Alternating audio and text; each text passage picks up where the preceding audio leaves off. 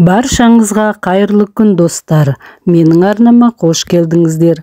Бүгін біз осындай керемет асқабақтан манты жасайтын боламыз. Алдыменен менің арнама тіркеліп, лайк басып кетуді ұмытпаңыздар. Бұл манты тағамын жасау үшін бізге ет, пияз, сосын міндетті түрде асқабақ қажет болады. Асқабағым аздау болғандықтан және үлкен бір тағда сәбіз қосқалы жатырмын. Барлығын осылай ұсақтап, шаршы етіп, квадрат етіп турап аламыз. Мінекей осындай етіп.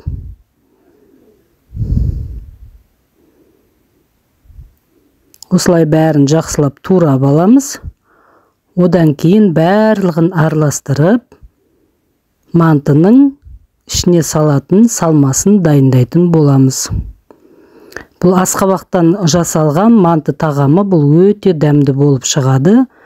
Білесіздер, әрі бұл асқабақ өте денсаулыққа пайдалы.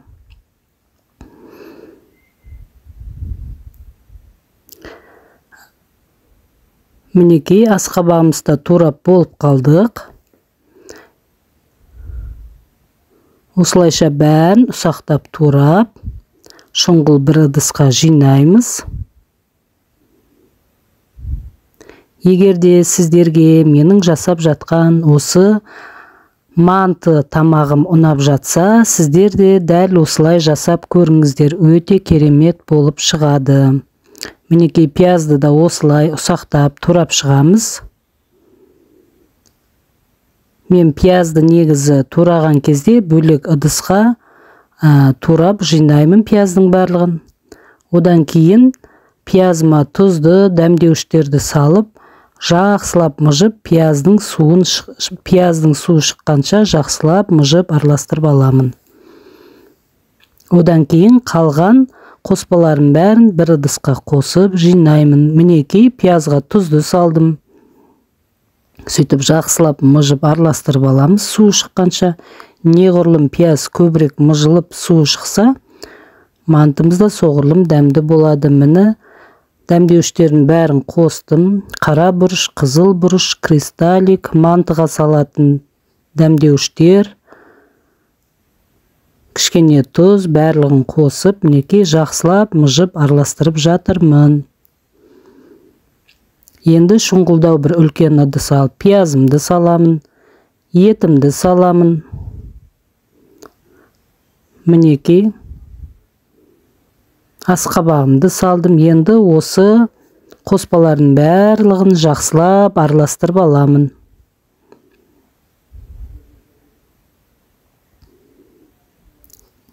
Асқабаққа негізі кішкене құмшекер қосып жіберсе де болады. 2 шай қасық құмшекер қосып жібердім. Осылайша барлығын жақсылап араластырамыз.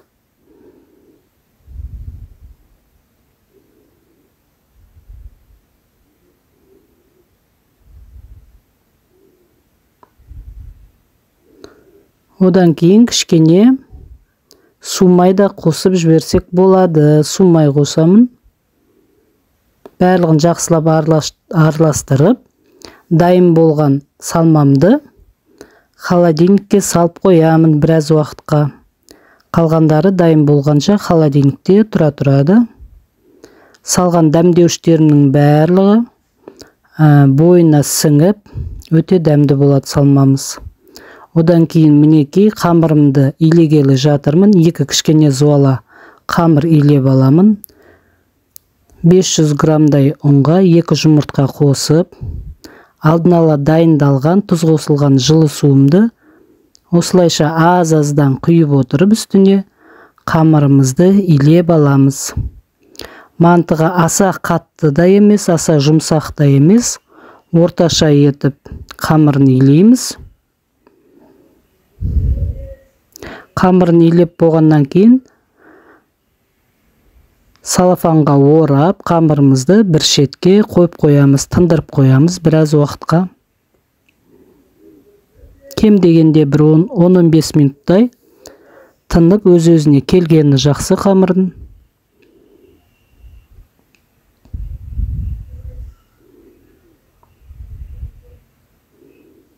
Мінекей қамырымызды дайын болып қалды, тындырып қойдық. Одан кейін қамырымды екіге бөліп, екі кішкене зуала илеп аламын.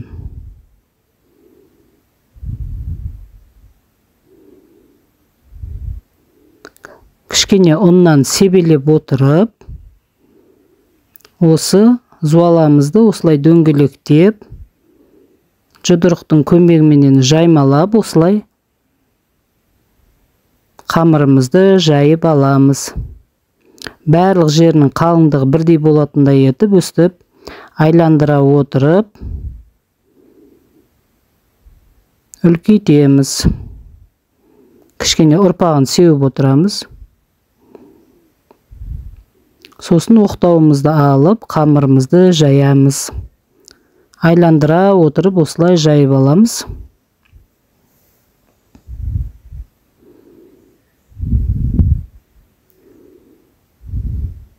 Қамыры қатты қалың болмау керек, жұқалау етіп жайып аламыз қамырын.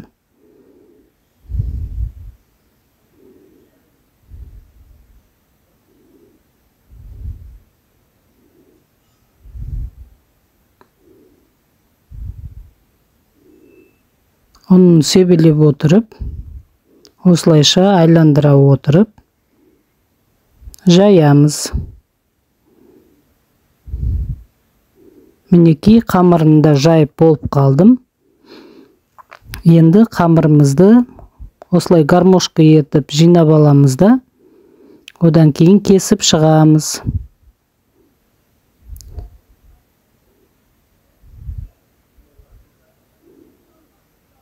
Енді осы кесіп шыққан қамырларымызды бірінің үстіне бірін қойып жинап аламыз осылай.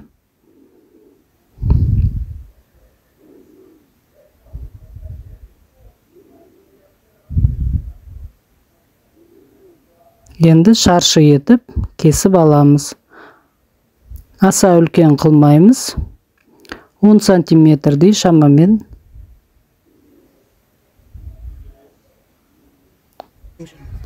Сосын бір ыдысқа жинап салып қоямын кескен қамырларымды. Бетін жауып қоямын, себебі қаязып қалса, қамырымыз бір-біріне кейін жабыспай қалады, кеуіп қалса. Манта баркым табақтарына май жағып шығамыз, кейін мантымыз жабыс қалмас үшін. Осы уақыт аралығында мантының қазанына да су құйып, газға қойып қоямыз. Мантымыз түйіп болғанша суымыз да қайнап қалады. Ішіне молдау салып, осылай жақсылап түйеміз. Себебі мантыны түйген кезде мынау асқабақтары піскен кезде кішірейіп, ішіндегі салған салмамыз азғантай болып қалуы мүмкін. Сөнеді, кішкене сөнеді, асқабақ пісірген кезде азайып кетеді.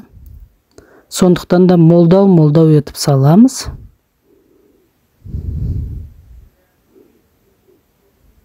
Осылайша мантымызды түйіп, мантаваркының табағына жинап шығамыз барлығын.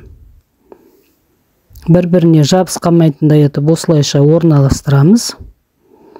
Мантыны түйіп болғаннан кейін бетіне сұйылмай жағып шығамыз. Сонда кейін мантымыз піскен кезде дана-дана болып, әдем болып пісіп шығады.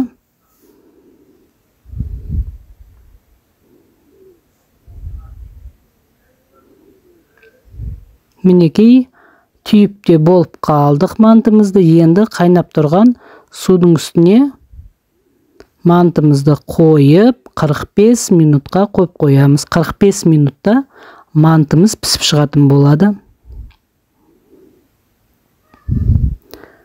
Мінекей мантымызда пісіп қалды. Манты піскенге дейін мен бетіне салатын осындай тұздығын да дайындап қойдым.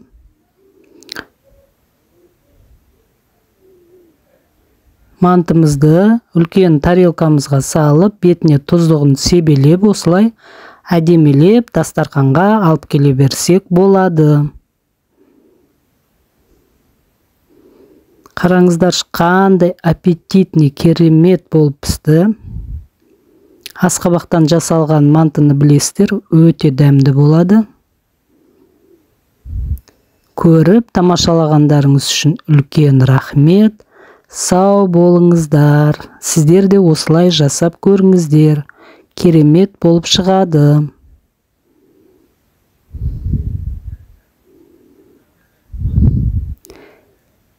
Келесі видеомда кездескенше.